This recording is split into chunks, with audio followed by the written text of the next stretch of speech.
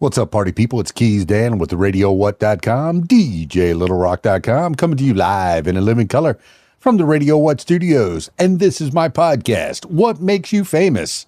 It's an extension of the RadioWhat.com internet radio station that I've been running for quite some time. And if you need DJ services, where do I always send you?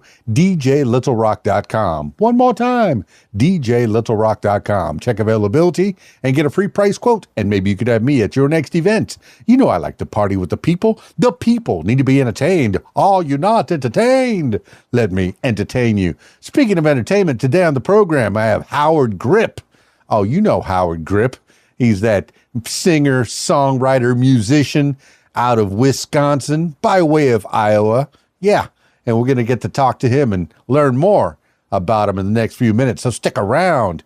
This week's shows, I have one public show, my usual Friday night gig at the Rab in Conway, Arkansas, the Video Dance Party Karaoke Jam. Yes, I said karaoke. You're the stars of the show on Friday night at the Rab in Conway, Arkansas. They got a full bar, the kitchen's open, pool tables.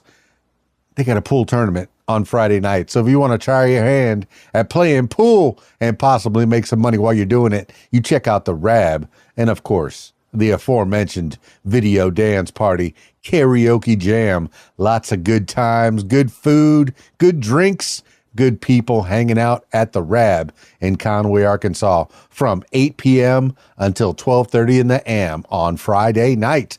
And then on Saturday, I think I have a private event on Saturday, but unless you're invited, you cannot come. So why did I mention it? Because I'm excited. I enjoy going to private events and being a part of people's best times, like weddings and corporate events and birthday parties. Oh, yeah, good times. Hey, any time's a good time to have a karaoke jam or just have fun with yours truly.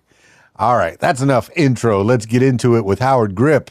I got him on Zoom, so if you're listening to the audio version of this, check out the video version on my YouTube page, youtube.com/user/KeysDAN. Zooming Howard Gripp now. Who a Howard Gripp is, give the people an idea of what is a Howard Gripp. Who is Howard Gripp?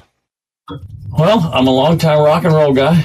I've played music since I was 6, and that was like 1,000 years ago. So I played for a couple of minutes.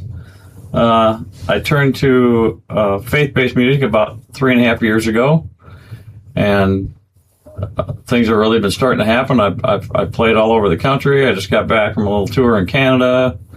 I'm an Americana rock, a kind of heartland Americana rock style of music. I fit in the country genre a little bit because people tell me I sound country even though I don't want them to, but they do, so I guess I do. So I'm just going with whatever. I'm a rock guy at heart. My rock has transitioned into my faith-based music. I don't write worship music. My music is more like you would hear on the radio, that style. That's the way I've always written, and I don't think God needed me to change the way I wrote. He just wanted me to change my message a little bit. So, yeah, that's me. Well, for those that are listening to the audio version of this, I encourage you to check out the video version on YouTube because I got hair envy already. I'm looking at Howard Gripp, and the man's got a head of hair. He looks so good, looking like it was like a young Randy Travis, I just got that sweep of good hair. I've been told I look like Vince Gill if I have hair on my head, but I look more like I ate Vince Gill, I think. But in the shape I'm in, I can donate my body to science fiction. But, you are a rocker from way back. And a lot of people think, if you're going to be a musician, you might as well be a rock and roll musician. That's where you're going to get all the babes, all the fans, all the accolades, and possibly make all the monies and be able to make a really good living as a rock and roller. But you went the other way. Some people start in churches and work their way out into secular, secular music. But you went to the secular music. You got to follow your heart, your calling, and I guess that's where your calling is. But you explain. You said you started at a young age. Were you in bands when you were a little kid? So I started, my brother was a drummer. He's maybe 10 some years older than me. So I looked up to him. And so that's what my mom's very musical. Her side of the family is very musical. So when I was young, she sang in the choir, worked at the church, so I was in church all the time when I was a kid. But I started playing drums when I was 6 or 7. And then, about 16, I formed my first band, and we rented some hall and tore it up with, some of the old rock and roll songs like Freebird. And, we only knew like 10 songs, so we had to be long songs if we're going to play a show. And I was bit, man. I was bit hard right there. And I actually started out playing drums, singing and playing drums, kind of like Night Ranger, because we didn't have a singer. And somebody said, well, we need a singer. I said, well, okay, I'll try that. So that seemed to work out okay. And then I went for it. Everything you said, the money, the fame, all that, I was going after all of it. I mean, that's what I wanted. Unfortunately, when you do it the wrong way, a lot of things get damaged along the road, right? There's a lot of things get thrown out the window. And when I was about 35, I said, all right, I'm too old to do this. I'm too old to be a rock star because nobody wants to see a 35-year-old rock star. So I quit, and I quit for like 5 years. And, the music's just in my bones, man. So I got another band and did that for a little while. And then I started doing a duo thing in bars and private parties and stuff like that. And I did that till about 4 years ago. And, there's a whole lot to my story, but at one point I went through a divorce. My kids had a lot of troubles.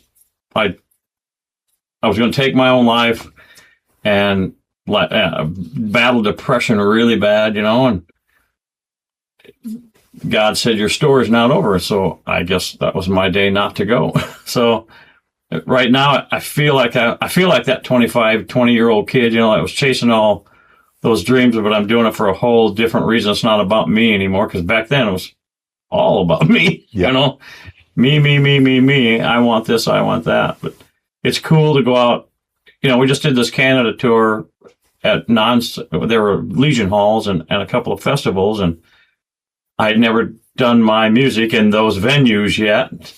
So it was scary, but it was cool because the people really opened up and came up, and I heard a lot of great stories from a lot of great people. So yeah, it's just very rewarding. I played in front of 10 people. I played in front of 2,000 people. And everybody says, what's it like playing in front of 2,000 people? I said, well, it's cool, but what's really cool is to talk to people afterwards to find out if anything affected them, the music, the testimony, whatever. It's very cool. It's very different, but it's very cool. Well, I, for one, am glad you're still here, Howard Gripp. If you're contemplating suicide, and that's something that I think it passes across everyone's mind at some point, at some level. Some people obviously go through with it, but if you're contemplating taking your own life, or you're feeling bad, depressed, there's people to talk to. There's telephone numbers in most cities, most states have 800 numbers and three number. Was it 888 or no? What is the suicide hotline? If you happen to know, I don't even remember. Yeah, I know there's a 3-digit, but there's always somebody you can talk to, whether it be your preacher or somebody that you trust. Somebody that you know that's not going to steer you wrong, or a friend. There's always someone that wants you around, and I'm glad you're still around, Howard Gripp. Man, you went through things. You went through divorces. I mean, hey, people go through divorce, and people have kids. But when you have no kids, you have the ability to go town to town. If I didn't have a family, I'd be living in a Winnebago and just DJing all over this country, and probably picking up podcasts here and there, set that thing up like a podcast studio, and drive to other people and do that and get their story, and make sure that my platform gives people a megaphone to get out further. And that's what I want from Howard Gripp. You might be the next big thing.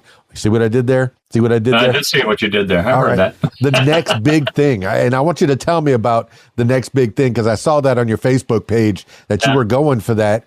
But you said you've been a rock and roll star? When you first started at 16, was it cover bands? Were you writing your own music back then, or was there somebody in the band that was writing music? I had started writing then. We started off doing cover stuff. Then I kind of started learning how to write,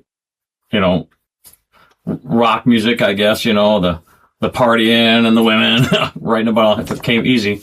So I cut it. Oh, now I'm going to date myself, but I don't care. I cut my first CD in 95. Yes, sir. Rock CD. It had a little record label out of California, and it didn't do much, but it was cool. So I've kind of written off and on, over the years, and I got, 3 or 4 notebooks full of half songs, things like that. So when I flipped and I did this, it was like, I don't know how to write Christian music. I don't know how to do it. So I found a guy in Nashville that taught me how to do that, and now it comes pretty naturally. So, yeah. Yeah, I used to follow this Christian rap group when I used to provide the sound and do some MC work for them down in Miami when I was there. And it sounded just like any other secular song, except they jammed Jesus in there, or jammed God, or jammed some angels in there. It was hippity hop to the hippity hop to Jesus. And it's whatever brings the young people into the flock is if you're trying to get a message across. If that's the music that they're listening to, you want to do something in that style. Now, on the other hand, I did see on TikTok, and I know you're on TikTok as well, I saw there was a choir in a church singing Madonna's Just Like a Prayer. Really? They had no idea what the context of that song is about, but they were singing so joyfully and so gleefully. And if you saw the movie Sister Act, Whoopi Goldberg was supposedly, a lady that was singing 60s soul songs, and then she turned them into gospel songs. He's so fine, he's all mine, God. You could get a message across using a secular style. It doesn't have to be whatever's in your hymnal. And I know I cracked open. I was born into a Catholic family, and then I went to Baptist church, and I've been to Jewish synagogues, and really all over, Jehovah's Witnesses and Mormons, and just going through life like Jesus, like Elvis did, searching for the face of Jesus. Just trying to find my path. But where did you start? You said mom was doing some gospel music, and so you had some church upbringing, but you had your brother that was a rock and roll drummer, so it was living on both sides of the lane. And where did you as you're growing up, you said 95 was the first album. I'm class of 86. Before I was 50, I was worried about my age. I was vain about my age. But as soon as I turned 50, I said, look, I'm fine. Everything's great. We have less worries to give, as the kids say, in one way or another. But tell me about in 95, you're putting out an album. Who's distributing that album, and how did it do? I don't even know if they're around anymore. They were called Rodell Records. They're out of California. They distributed it to like Europe. I mean, back then it was all about radio, right? Because you didn't have really the internet, and my first cell phone was a bag phone. I don't know if you remember. You might remember those. It was a bag phone with a cord, and you call like 2 people on it. But so they distributed it, and it did okay over in Europe, but nothing really became of it. I tried. I went from playing drums. I moved out front just so I could promote the music more, and it did okay, but not what I wanted. And I kind of lived like I was that star, but it really wasn't there. But it was fun to do. I flew out to LA and spent 6 or 7 days in a recording studio and sleeping on the floor of some rundown hotel. It was great. Yeah, that's the story. You're trying to make it big. You do what you have to do. You go where you have to go to get those gigs, to get those opportunities, to get those chances. And now when you went to California, and that's the place you ought to be if you're loading up the truck and move to Beverly. That's where you go to make music. If you're going to make rock and roll music, what studio did you get into? And I mean, how did you make it over there? Did you call somebody and say, "Hey, I'm driving out from Iowa, and I'm coming out to California, and I'm going to make it big"? Did you get off the bus and say, "Oh, I'm going to go record there"? How did you do it? The record label lined up a recording studio. It was in Studio City. I had a guy that backed me a little bit, so we flew out. We rented a rent-a-wreck. I don't know if you've heard of those. It was a wreck. And everything else was, we didn't have much money in our pocket, but I took a guitarist with me, and we lived whatever that dream was while we were in that. That's the first time I'd ever been in a studio, man. It was great, and had a couple studio musicians come in and play on some of the other tracks. I did most of the tracks myself, but I had the lead guitar. I don't play lead guitar, so I'd hire somebody for that. And I had a bass player come in, and we kind of swapped back and forth on some parts there. But so it was the dream, man. I got done with that. I rented a limo for us to go back to the airport, and then, normal life just happened, and we went back to playing the bar scenes, and, nothing really happened with it, but it was a great experience. Now now I've recorded, that's the only CD I did back in the day. And in the last 3 years, I've recorded 2 EPs, and I just finished a full album. I've done that down in Nashville. So that was fun too. Yeah, before you're married, before you have kids, before you have responsibilities to other people, you can go enjoy life. I tell people whenever I'm doing these shows for kids, I do like Sweet 16 parties or quinceañeras, Sure. and these little kids, little girls, little boys, and I go, enjoy your life through your 20s. Stay in school, do your thing, find your passion, and then maybe when you're 30, you've sown all your oats.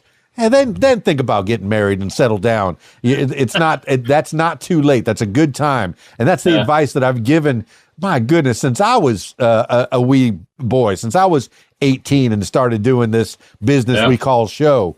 But, there's, you go to California, you're making records, you're living the rock star life. Yeah, you rented a wreck to get to the studio, but you said, I'm going to treat myself. And you got the limousine to get you back to the airport. So I like that. I commend you on that.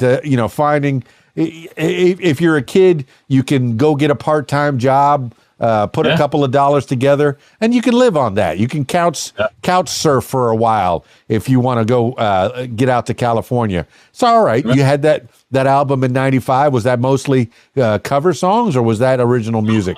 I wrote it all. There was 10 or 12 songs in there. I wrote them all. Can people still find that CD, that record album? You can go to eBay, and some guy's selling it as a classic for $654. And you're seeing $0 out of that. Maybe the 50 cents that you got originally when it got sold. I get it. Now albums are making a comeback. I've been a DJ since '86. I got paid the first time, but even before that, in high school, I was playing records. I don't have but maybe one record. It's sitting right behind me, hanging up on the wall. It's Billy Crayone's record that he sent me. It's this yellow vinyl that's in that, and I have a couple of CDs that people have sent me from these podcasts, and I put those up on the wall. So I don't even have I don't think I have a place to play a CD, let alone a record player anymore. I have digital wheels of steel, which is great because I can go to Apple or iTunes or whatever and buy a Howard Gripp song. Hey, I want to hear that Howard Gripp song so I can get on the dance floor, or so I can get my heart feeling good with the worshiping, and I can just buy it for 99 cents or $1 or whatever, and I have it instantly in my computer. And that's the change between 95 and now. Record sales went way, way down. It used to be, you sell 1 million records. Okay. You sell 1,000 records. That's fine too. Now you can't sell a record. Now it's all, how are you going to make money in this business? Live, going out live, performing. A lot of people like to buy those CDs just for something tangible in their hand. I add a full digital download of the full CD with the CD and with the album. So you get, if you just want to put the album or the CD on the wall like you got back there, you can still download all the music. But yeah, I think albums are making a comeback. I hope they are, because I printed some. Well, one of the things I enjoyed, being on morning shows and evening shows on the radio was, grabbing a record album. And before I drop that platter onto the turntable, I'll read a couple of the liner notes. Yeah. Oh, Howard Gripp was thinking about sausages when he wrote this song, and now he has a deal with Sausage King of Wisconsin. You froze. But I'm still here. Well, I still heard you. No problem. Technology is great. Kind of back. Nope. Good deal. Just know that I hear you the whole time. Just know that I hear you. I hear you the whole time. No problem. Oh, even even if it freezes. But right. When did you hear me in my babbling? When did you stop hearing me? You were talking about the sausage. Yes. Okay. So in the liner notes, you can read about where Howard Gripp's mind was. I hope because I did hear that on your little promo reel on YouTube. It says you're not only a songwriter but a storyteller. That's one of the things that I enjoyed about going to a concert. I went to, different concerts like Bruce Springsteen and even Hart and Elton John and Duran Duran. And funny you mentioned Night Ranger. I saw them years ago. And Phil Collins, another drummer / singer. I don't know how you could do that, is sing and drum at the same time. Drumming on its own is ridiculous, having all 4 limbs working independently and then having a 5th limb that those 5th and 6th, those 2 jaws going up and down while you're drumming. That takes incredible dexterity to me anyway. I applaud you. Well, how good were you doing all that? That was pretty good. Pretty good. Good enough to take it on the road. Now, when you were this was out of Iowa, or this was out of Iowa, yeah. Okay. Now, when you're in Iowa, how far are you spreading out as a teenager and into your 20s? We kind of did like western Iowa, maybe a little southern Minnesota, into South Dakota, and a little bit of Nebraska. Kind of maybe 100, 200 mile range right in there, radius in there. So, yeah. Yeah, in my 20s, I was East Coast to West Coast. I took my Dodge minivan, loaded it up, and I did singles parties all the way out to 10, down to 8, up to PCH, out to 15 to the 40, and I just did like this big old circuit, and it was like a vacation for me. But I made tons of money, and that's you can get yourself a working vacation. Now that was in my 20s. Now I'm in Arkansas, and I don't like to go more than a half an hour away from my house. But I did go 2 hours away in Jonesboro, had a great time there. It's neat going. You said you played in front of 2,000 people. You could play in front of 4 people or 2,000 people or 20,000 people. Yeah. Are you going to change the show? Or are you going to give them the energy? That the 4 people are going to get the same show as the 20,000 people. That's what I try to give, the same show, because I don't know who is listening. I don't know who needs what, right? There could be one person sitting out there. They may need something. I don't know. And something that I sing or say, maybe just what they need. So I have to play, whether there's 1 person, 5 people, or 20,000 people. I mean, obviously, you're going to get more boost off of more people, but I still try to do the same show no matter what size the crowd is. So. Yeah, being a spiritual man yourself, I get the energy, I get the feeling from a crowd that's bigger, 70,000 people in front of me, just grooving, just jamming to the music that I'm playing. I put that Howard Gripp record on from when he was in his rock and roll days, and oh yeah, people are loving it. Oh yeah, I like their version of Stairway to Heaven. I like their version of Free Bird. But you said you went to California to go do your recording. But if I notice in your behind you in the video, there's like recording equipment back there. Do you have your own studio in the house that you can maybe make a demo, or have you produced your own songs? I haven't produced my own stuff. I just like using professional players, just because. My window's not 40 years anymore. My window's more like 7. So I want to make sure that what I'm putting together is top notch. I do have a little studio here. I do put demos together here.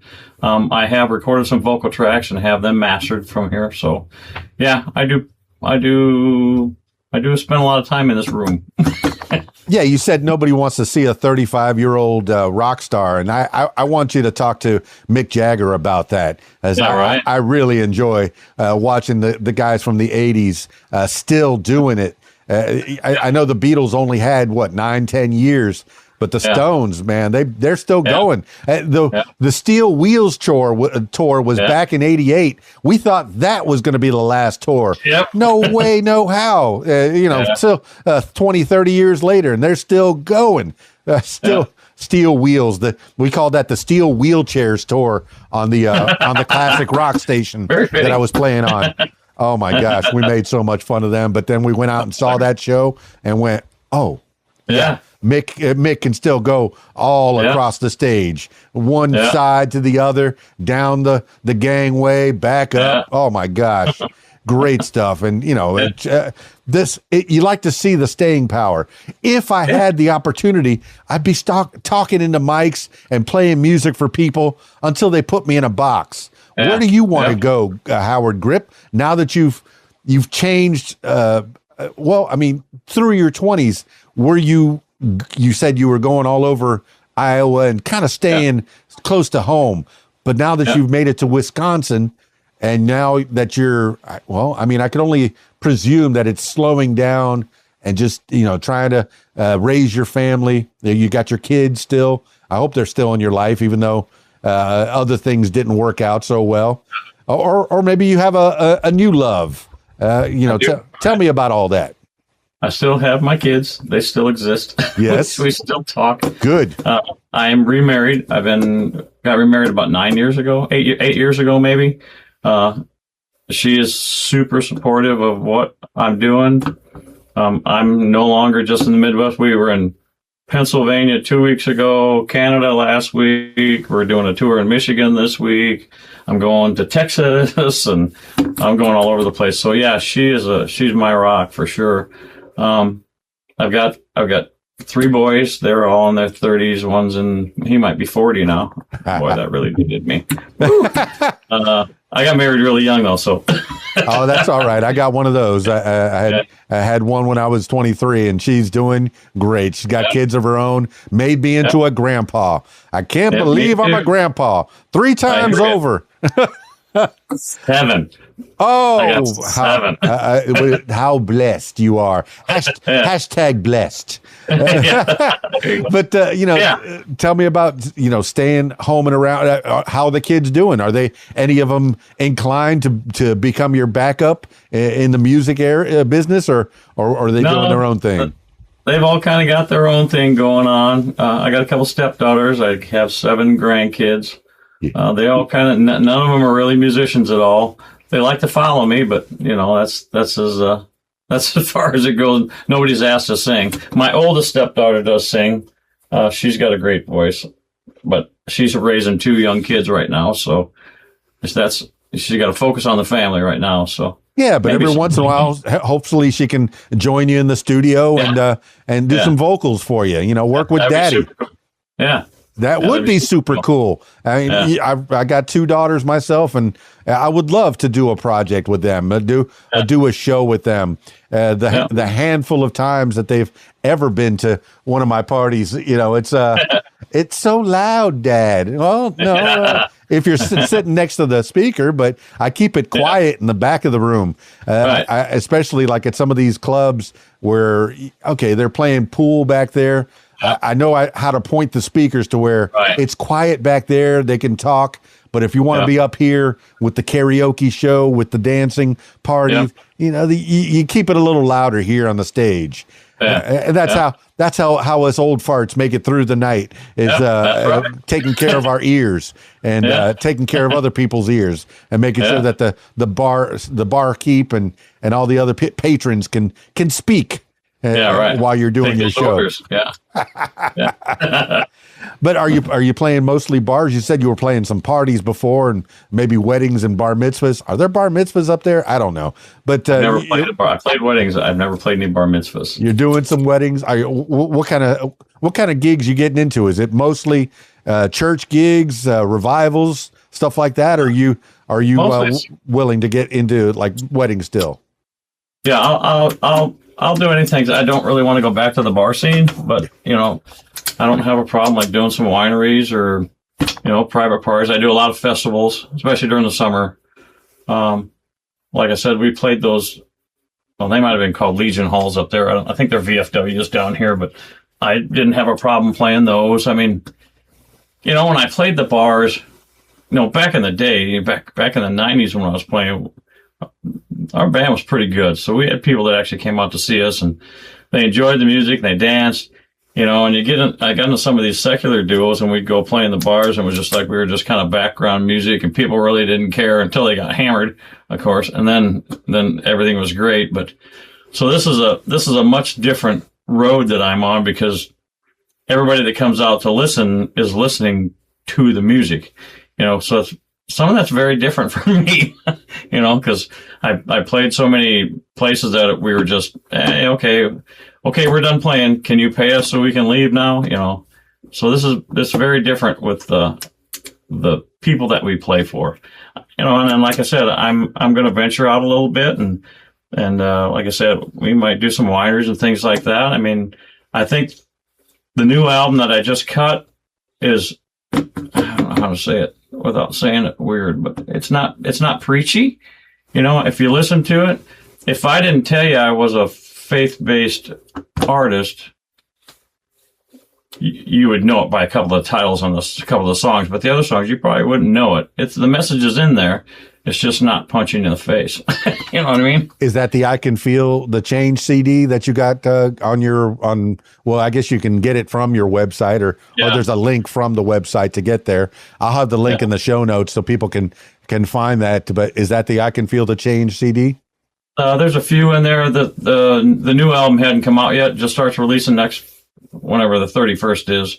That's called Welcome to Your Life. That's a full 12-song album.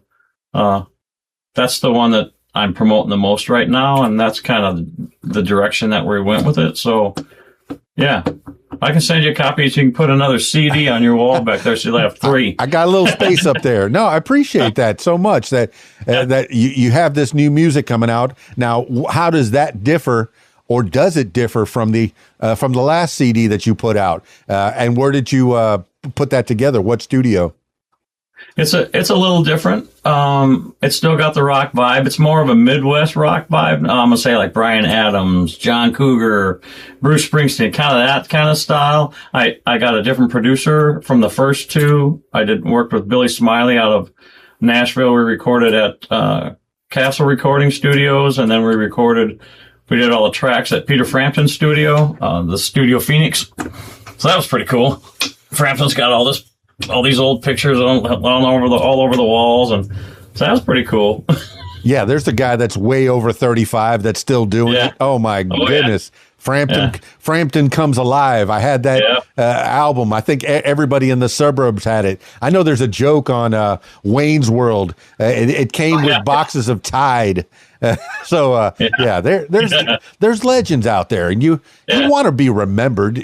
People are gonna people are going to love Howard Gripp, and they're going to remember you long after you leave this mortal coil. And I appreciate that you're putting stuff out there because, I mean, I'm still listening to Beethoven's music. I'm still listening to music from that.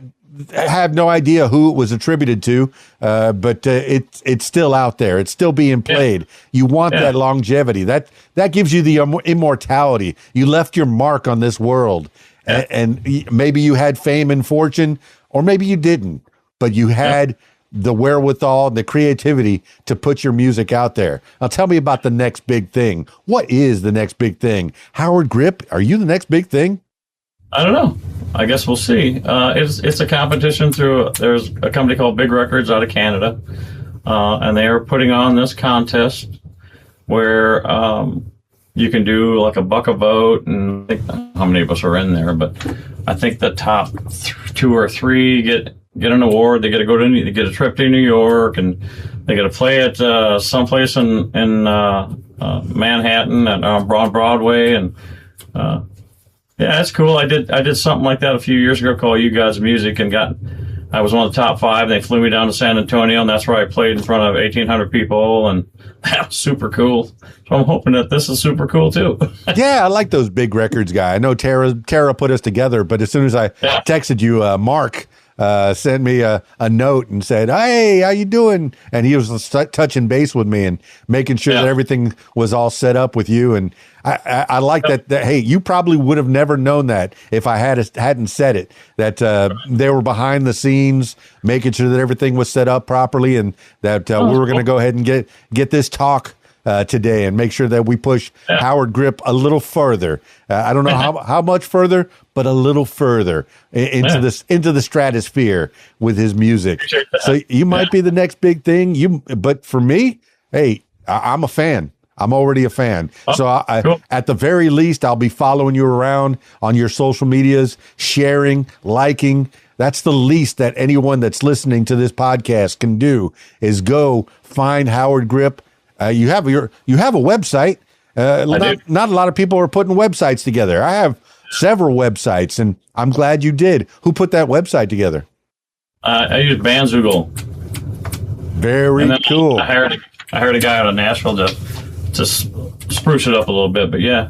It's definitely spruced. It's got plenty of links that gives me an idea of who you are, the About You section, and the clicks it takes to go buy your record. Easy peasy. I like it. And I'm looking forward to hearing that next a forthcoming album. Maybe I'll play it on radiowhat.com. That's sitting behind me on this server. And hey, we'll get some traction for Howard Gripp. Howard Gripp made it here. Let's see how much further we can push Howard Gripp out to there.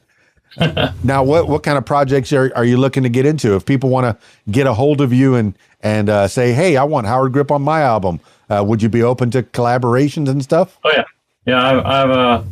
I'm always open to collaboration. I never used to be able. I never really used to do that. I'm not used to that. I didn't really do it before. It took a while. But I've gone to a few songwriting retreats, and I really enjoy the collaboration. And one of the songs on that I Can Feel the Change album was a collaboration with some people out of Nashville. So yeah, you want to collaborate? Let me know. Now, do you want to play drums for them or vocalize for them? Sure. What other instruments are you playing, or is that your primary? I play drums. I play acoustic rhythm guitar, electric rhythm guitar. I play bass, a little bit of keys, sing. Nice. I like a multifaceted artist. Have you ever used okay, I know there's I can't remember the name of the guy, but there's quite a few musicians that put their own demos together with overdubbing using Pro Tools or like Adobe Audition, like I have behind me, that's doing the audio version. But they'll record their drums, the rhythm section, then they'll record their lead and vocals. It's so neat how you could put this all together.